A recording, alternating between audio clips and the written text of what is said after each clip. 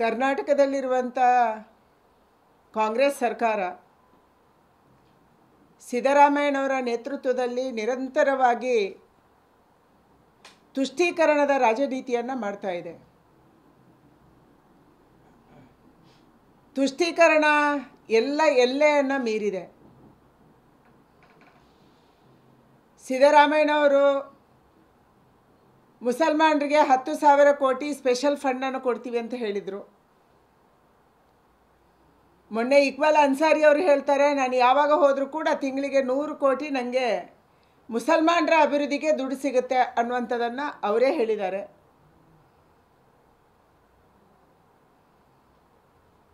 ಬೆಂಗಳೂರು ಮತ್ತು ಹುಬ್ಬಳ್ಳಿಯಲ್ಲಿ ಮುಸಲ್ಮಾನರ ಒಂದು ಗುಂಪು ಅಂಗಡಿಗಳನ್ನು ಸುಟ್ಟು ಹಾಕ್ತು, ಪೊಲೀಸ್ ಸ್ಟೇಷನನ್ನು ಸುಟ್ಟು ಹಾಕ್ತು, ಮನೆಗಳಿಗೆ ಕಲ್ಲು ಹೊಡೀತು. ಇಂಥವರ ಕೇಸನ್ನು ಏಕಾಏಕಿಯಾಗಿ ಹುಬ್ಬಳ್ಳಿಯಲ್ಲಿ ವಾಪಸ್ ತಗೊಂಡ್ರು.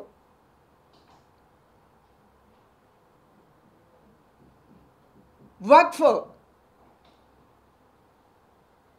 ಕರ್ನಾಟಕ ರಾಜ್ಯದಲ್ಲಿ ಹೊಸದಾಗಿ ಹೊಸ ರೈತರಿಗೆ, ದೇವಸ್ಥಾನಗಳಿಗೆ, ಮಠಗಳಿಗೆ ನೋಟಿಸನ್ನು ಕೊಡ್ತಾ ಇದ್ದಾರೆ.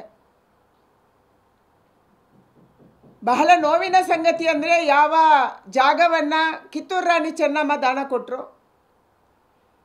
ಯಾವ ಜಾಗವನ್ನು ಹಿಂದೆ ಚಾಲುಕ್ಯರು, ಹೊಯ್ಸಳರು ಇಂಥವರು ದೇವಸ್ಥಾನಕ್ಕೆ ಮತ್ತು ಮಠಗಳಿಗೆ ಕೊಟ್ಟಿದ್ದರು, ಆ ಜಾಗ ಕೂಡ ಇವತ್ತು ವಕ್ಫ್ ಆಗ್ತಾ ಇದೆ.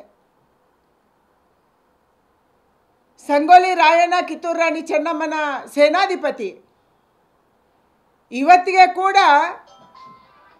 ಬಹಳ ದೊಡ್ಡ ಪ್ರಮಾಣದ ಜನ ಅವರ ಮಕ್ಕಳನ್ನು ಸಂಗೊಳ್ಳಿ ರಾಯಣ್ಣನ ಸಮಾಧಿಗೆ ಕರ್ಕೊಂಡೋಗಿ ಅಲ್ಲಿ ಆ ಸಮಾಧಿಯನ್ನು ಮುಟ್ಟಿಸಿ ಆಶೀರ್ವಾದ ತಗೊಂಡು ವಾಪಸ್ ಬರ್ತಾರೆ.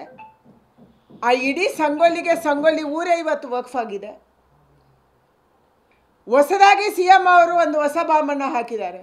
ನಮಗೆ ಅದು ಹೊಸದು, ಆದರೆ ಆಗಸ್ಟಲ್ಲೇ ಇದರ ರೆಕಮೆಂಡೇಶನ್ ಆಗಿದೆ. ಯಾವ ರಿಸರ್ವೇಷನು ಸಿವಿಲ್ ವರ್ಕಲ್ಲಿ, ಕಾಂಟ್ರಾಕ್ಟ್ ಕೆಲಸದಲ್ಲಿ, ಕಾಮಗಾರಿಗಳಲ್ಲಿ, ಟೆಂಡರ್ಗಳಲ್ಲಿ ಪರಿಷ್ಠ ಜಾತಿ ಪರಿಷ್ಠ ವರ್ಗದವರಿಗೆ ಸಿಗ್ತಾ ಇತ್ತು, ಅದನ್ನು ಕಡಿತ ಮಾಡಿ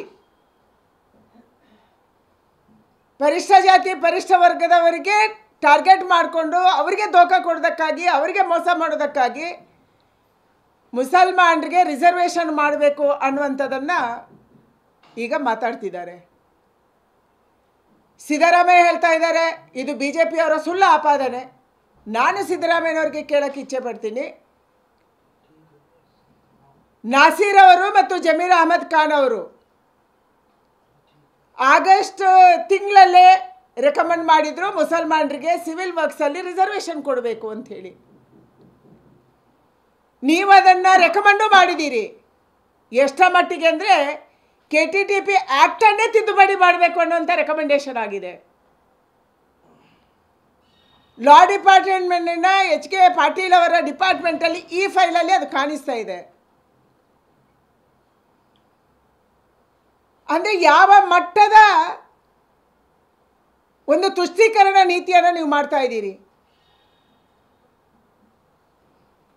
ಪರಿಷ್ಠ ಜಾತಿ ಪರಿಷ್ಠ ವರ್ಗದವರಿಗೆ ಮೀಸಲಿಟ್ಟದಂಥ ರಿಸರ್ವೇಷನನ್ನು ಧರ್ಮದ ಆಧಾರದಲ್ಲಿ ರಿಸರ್ವೇಷನ್ ಕೊಡಬಾರ್ದು ಅಂತ ಈಗಾಗಲೇ ಹಲವಾರು ಹೈಕೋರ್ಟ್ಗಳು ಆದೇಶವನ್ನು ಕೊಟ್ಟಿದ್ದಾವೆ.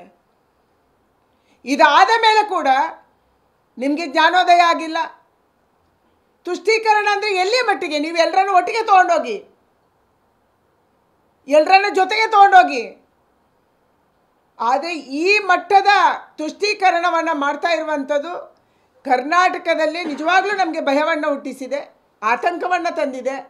ಯಾವ ಲೆವೆಲ್ಗೆ ಕರ್ನಾಟಕವನ್ನು ನೀವು ತೊಗೊಂಡೋಗ್ತೀರಿ ಅನ್ನುವಂಥ ಆತಂಕ ಕಾದಿದೆ. ಯಾಕೆಂದರೆ ನಿಮ್ಮ ಜೊತೆ ಇರುವಂಥ ಅಷ್ಟೂ ಜನ ಸುತ್ತಮುತ್ತ ಜಮೀರು, ನಾಸೀರು ಇದೆಲ್ಲರೂ ಕೂಡ ಫೆನೆಟಿಕ್ ಇದ್ದಾರೆ, ಮತಾಂಧರಿದ್ದಾರೆ. ಈ ಮತಾಂಧತೆಯನ್ನು ಕರ್ನಾಟಕದ ಜನ ಎಷ್ಟು ದಿನ ಸಹಿಸ್ಕೋಬೇಕು? ಜಮೀರ್ ಅಹಮದ್ ಖಾನ್ ಅವರು ಪ್ರತಿ ಜಿಲ್ಲೆಗೆ ಹೋಗ್ತಾರೆ, ವಕಫ್ ಅದಾಲತನ್ನು ಮಾಡ್ತಾರೆ ಕಾನೂನು ಬಾಹಿರವಾಗಿ. ಅಲ್ಲಿರುವಂಥ AC ತಹಶೀಲ್ದಾರು ಮತ್ತು DC ಕೂರಿಸಿಕೊಂಡು ಧಮಕಿ ಹಾಕ್ತಾರೆ. ಯಾವ ಭೂಮಿ ಅವರ ಪರಂಪರಾಗತವಾಗಿ ಬಂದಿತ್ತು, ರೈತರು ಶತಮಾನಗಳಿಂದ ಉಳುಮೆ ಮಾಡ್ತಾ ಇದ್ದಾರೆ, ಅವರಿಗೆ ಹೊಸದಾಗಿ ನೋಟಿಸ್ ಹೋಗ್ತಾ ಇದೆ. ಊರಿಗೆ ಊರೇ ವಕಫ್ ಆಗ್ತಾ ಇದೆ. MB ಪಾಟೀಲ್ ಅವರು ಪ್ರೆಸ್ ಮೀಟ್ ಮಾಡಿದ್ರಿ, ನೀವು ವಾಪಸ್ ನಿಮ್ಮ ಕ್ಷೇತ್ರಕ್ಕೆ ಹೋಗಿ ನೋಡಿ. ಊರಿಗೆ ಊರೇ ನಿಮ್ಮ ಕ್ಷೇತ್ರದಲ್ಲಿ ಊರಿಗೆ ಊರೇ ವಕಫ್ ಆಗಿದೆ.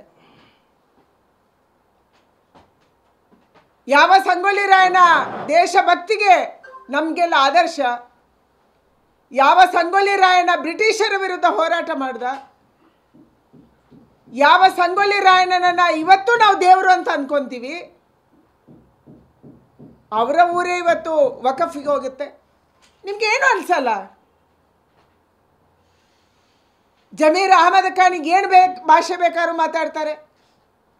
ದೇವೇಗೌಡರ ಕುಟುಂಬನೇ ಖರೀದಿ ಮಾಡ್ತೀವಿ, ಏನು ಮಾತಾಡ್ತೀರಿ? ಒಬ್ಬ ಮಂತ್ರಿಗೆ ಮಾತಾಡೋದಕ್ಕೆ ಗೌರವ ಇರಬೇಕು, ರಾಜ್ಯದ ಬಗ್ಗೆ ತಿಳ್ಕೊಂಡಿರಬೇಕು, ಸೋಷಲ್ ಹಾರ್ಮೋನಿ ಬಗ್ಗೆ ತಿಳ್ಕೊಂಡಿರಬೇಕು, ಜಾತಿ ವ್ಯವಸ್ಥೆ ಬಗ್ಗೆ ತಿಳ್ಕೊಂಡಿರಬೇಕು. ಅದು ಬಿಟ್ಟು ನೀವು ಬಾಯಿಗೆ ಬಂದಂಗೆ ಮಾತಾಡೋಕ್ಕೆ ನಿಮ್ಮ ಚೇಲನನೇ ಇಟ್ಕೊಂಡಿದ್ದೀರಿ.